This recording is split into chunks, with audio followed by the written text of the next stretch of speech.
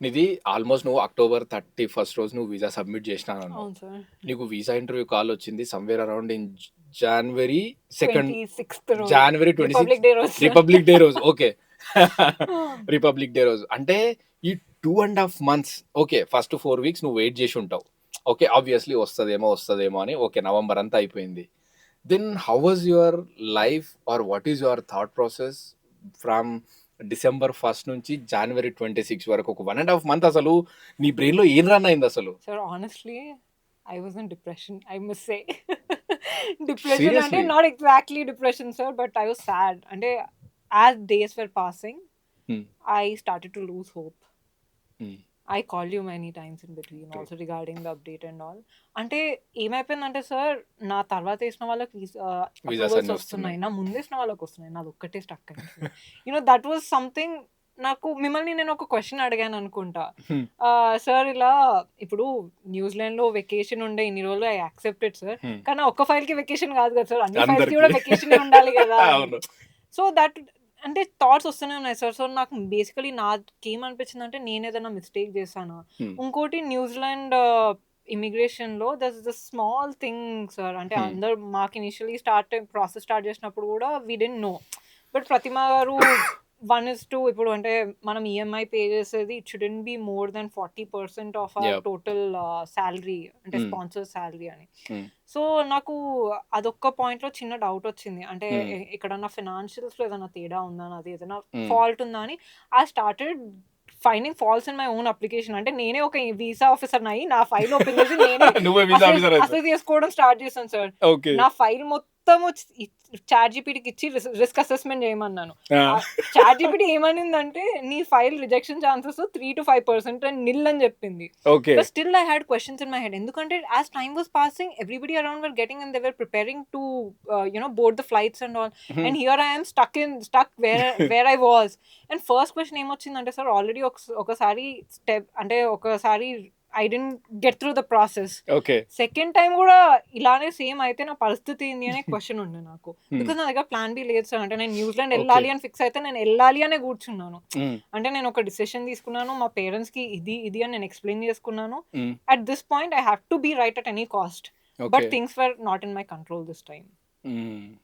External visa అసలు chat జీపీటీలో నీ ఫైల్ చేసి రిస్క్ అసెస్మెంట్ చేయడం అనేది పీక్. అసలు ఏమన్నది చాట్ జీపీటీ? అసలు ఎన్నిసార్లు వేసినావు అందులో?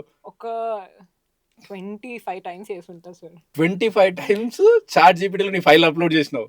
ఏమన్నది లాస్ట్ ఆన్సర్ ఏం చెప్పింది? అది ఏమనేది తెలుసా సార్, నీకు ప్రతి ఒక్క డీటెయిల్ కూడా యునో జూమ్ చేసి చూస్తున్నావు, but there is nothing wrong with your file, it's just the time lines. And probably immigration officer నీకు అసైన్ అయిన వాళ్ళు లీవ్ లో ఉండొచ్చు or some other circumstances, but there's nothing wrong in your file అని అన్నది. Then అది అన్నాక కూడా then I told please even check the minute details అని. దానికి ప్రాబబ్లీ చాట్ జీపీటీకి కోపం వచ్చిందేమో సార్. అండ్ దెన్ మీకు ఇంకో పాయింట్ ఏంటంటే, నాది ఇదంతా అయిపోయింది. ఆ రోజు మార్నింగ్ కాల్ వచ్చిందని చెప్పాను, 26th రోజు కాల్ వచ్చింది అని చెప్పాక నేను ఐ మేడ్ ఫ్యూ మిస్టేక్స్. మీకు చెప్పాను కదా, ఇట్లా చిన్న చిన్న మైన్యూట్. అంటే అక్టోబర్ లో స్టార్ట్ అయింది, నేను డిసెంబర్ అని చెప్పాను. సో ప్రాబ్లీ చిన్న దాని వల్ల నాదేమన్నా రిజెక్ట్ చేస్తారా అని నాకు థాట్స్ ఉండే. అంటే నా థాట్స్ ఉండే. ఆ గ్యాప్ లో మీకు కాల్ చేశాను, మార్నింగ్ కాల్ చేసి, సార్ ఇమిగ్రేషన్ కాల్ వచ్చింది నాకు, ఇది sir the questions they asked అంటే మీరు అడిగారు నన్ను on a scale of 5 how do you rate yourself అంటే నేను 3.5 అన్నాను. నేను చేసిన చిన్న మైన్యూట్ మిస్టేక్స్ కి.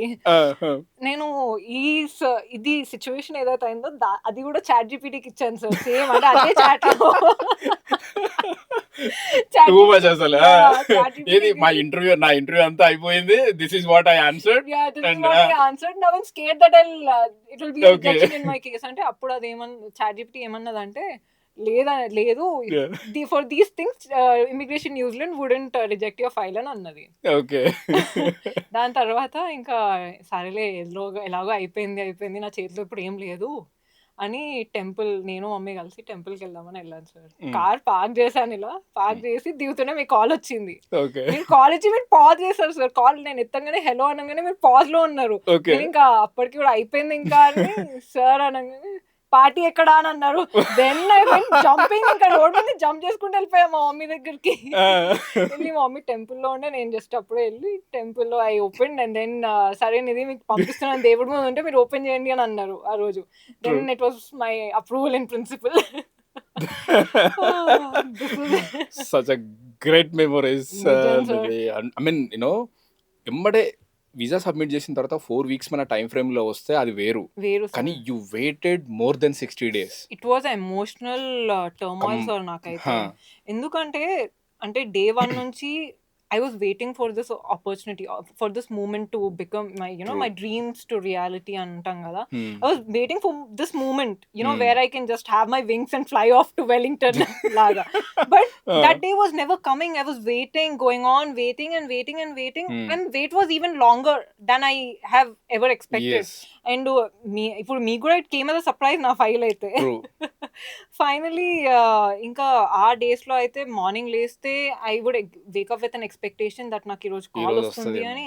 కాల్ వస్తుంది లేకపోతే ఒకసారి 6 o'clock ప్రాబబ్లీ, ఆ రోజు 5:30, అంటే జనరల్ గా మేము న్యూజిలాండ్ టైం ప్రకారమే ఉంటది కాబట్టి జనరల్ 5:30 లేస్తాం. నేను అప్పటి నుంచి అనుకుంటున్నాను, ఎందుకంటే నా దగ్గర ఆల్రెడీ అప్డేట్ నాకు 5 o'clock వచ్చింది. 5 o'clock వచ్చింది, నేను ఇంకా వాకింగ్కి వెళ్ళిపోయినా.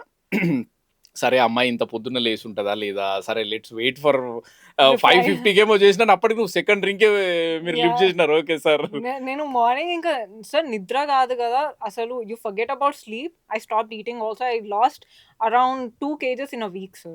2 kgs in a week without any exercise. I was on my bed entire day. ఇంకా నా ల్యాప్టాప్, బెడ్, నా రీసెర్చ్, చాట్ జీపీటీ తప్ప ఇంకా ఏం లేకుండా అయిపోయింది లాస్ట్ 2.5 to 3 weeks అయితే. Okay, because my intake is closing. నాకు ఒక్క థాట్ ఏముండేనంటే నా అప్లికేషన్ ఇప్పుడు డిఫర్ అయిపోయింది అనుకో, నా పరిస్థితి ఏంది, నేను ఇంకో 6 months ఇలానే ఇంట్లో కూర్చోవాలా అని ఫస్ట్ క్వశ్చన్స్ అన్నది. Because I can't waste another 6 months. True. And this was something I was dreaming about all my last 8 months. I was dreaming about this moment. It will become true. It will become true one day ani.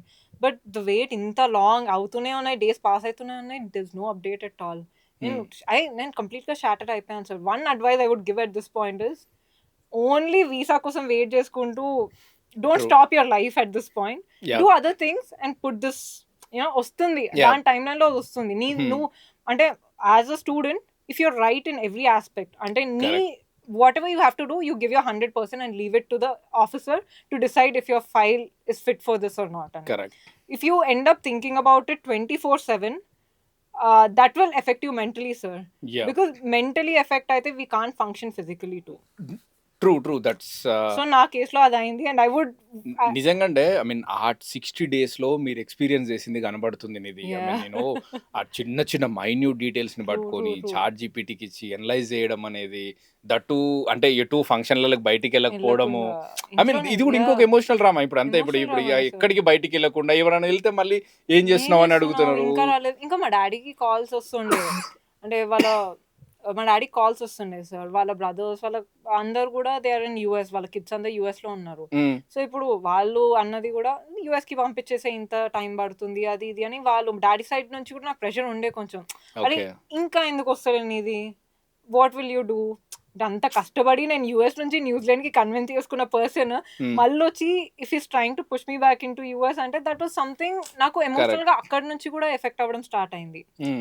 So ఇంకా finally వాళ్ళు కూడా call చేస్తుండే, డాడీకి ఏమైంది, వచ్చిందా visa వచ్చిందా visa వచ్చిందా visa అని. రాలేదు అని డాడీ చెప్తుండే, డిసప్పాయింట్ డాడీ అవుతుండే, నేనైతుండే, అట్లనే కూర్చుంటుండే. ఫైనలీ ఇంకా వచ్చిన రోజు అయితే it was a big blast of emotions. I didn't smile at my approval, but I cried with happiness that day. అంటే నాకు గుర్తుంది ఇది, ఆ రోజు గుడికి వచ్చాను సార్, దేవుడి ముందున్నా అని అన్నారు మీరు. అంటే సంహౌ ఇప్పుడు నువ్వు ఎంత ఒకవేళ నువ్వు ట్రై చేసినా కూడా, ఐ మీన్ నువ్వు ఆ వీసా వచ్చే టైం కూడా చూడు. బట్ ఎనీహౌ అది చాలా తొందరగా వచ్చింది సార్. ఆ రోజు అప్రూవల్ కూడా నాది. కాల్ అయిపోయిన 1 hour కి అనుకుంటా మీరు కాల్ చేసింది నాకు. నా ఇమిగ్రేషన్ కాల్ అయిపోయిన 1 hour కి మీరు కాల్ చేశారు నాకు. ఆ రోజు పబ్లిక్ హాలిడే న్యూజిలాండ్ లో పబ్లిక్ హాలిడే. అవునా, అయితే ఏం చేసిందంటే అప్పుడు ల్యాప్టాప్ కి ఎవరికి మన అవైలబుల్ లేవు, అందరం బయట ఉన్నాం. ఇండియాలో రిపబ్లిక్ డే, ఇండియాలో రిపబ్లిక్ డే అసలు ఎవరి దగ్గర లేవు. నువ్వు ఫోన్ లో చెక్ చేసి ప్రతిమ నీకంటే ఎక్సైట్మెంట్ ఇంకా ప్రతిమకుండే అసలు. సార్ నిధి ఇప్పుడు ఎవ్రీ వీక్ అప్డేట్ అడిగినా కూడా, సార్ నిధి ఏం చేద్దాం సార్, నిధి ఏమన్నా అడగండి sir. Sir visa officer leave లో ఉన్నాడా సార్? ఆ వీసా ఆఫీసర్ ఎన్ని రోజులు లీవ్ లో వెళ్తాడు సార్? అవును సార్, ఇవన్నీ క్వశ్చన్ నాకు కూడా, నేను ప్రతిమా అడుగుతుంది. అంటే వెకేషన్ అంటే ఇవన్నీ సేమ్, అంటే వెకేషన్స్ ఉంటే అందరికీ ఉంటాయి కదా సార్. ఈయనకి ఏమైనా ఎక్కువ ఇచ్చిందా? ఈయన ఏమైనా వీసా ఆఫీసర్ సస్పెండ్ అయిందా? సో వాళ్ళ మేనేజర్ కి ఎవరికైనా కాంటాక్ట్ అంటే mean she is after me and each and every day. అవును సార్. ఆఫ్టర్ 4 weeks తను ఫోన్ లో చూసి సార్ అమ్మాయి వీసా వచ్చింది sir. She was very happy sir. ఆ రోజు వెళ్ళి నేను నెక్స్ట్ డే వీసా వచ్చాక కన్సల్టెన్సీకి వచ్చాను కదా, వెళ్ళి నేను ప్రతిమా హగ్ చేసుకున్నాను first with emotion. Thank you so much అని చెప్పి. ఎందుకంటే తన డాక్యుమెంటేషన్ చూసాను సార్, చాలా పర్ఫెక్ట్ గా చేసింది. అంటే ఈచ్ అండ్ ఎవ్రీథింగ్, అంటే మా డాడీది శాలరీ క్రెడిట్ అయిందంటే హైలైట్ చేసి క్లయింట్ శాలరీ క్రెడిటెడ్ అని, అంటే ఇవన్నీ కూడా క్లియర్ గా ఎంత స్టెప్ బై స్టెప్ ఎంత మంచి డాక్యుమెంట్ చేసింది అంటే I was surprise looking at the documentation. Because these are SOP. I mean, we used to follow the same standard operating procedure for all our clients. That is the reason we get more than 90% approval, right? Yeah, true. So I'm very happy, Nidhi, and I wish you all the best for your. Sir. I just hope that all New the Zealand struggles journey. that I had will be worth it. Yes. New Zealand will finally,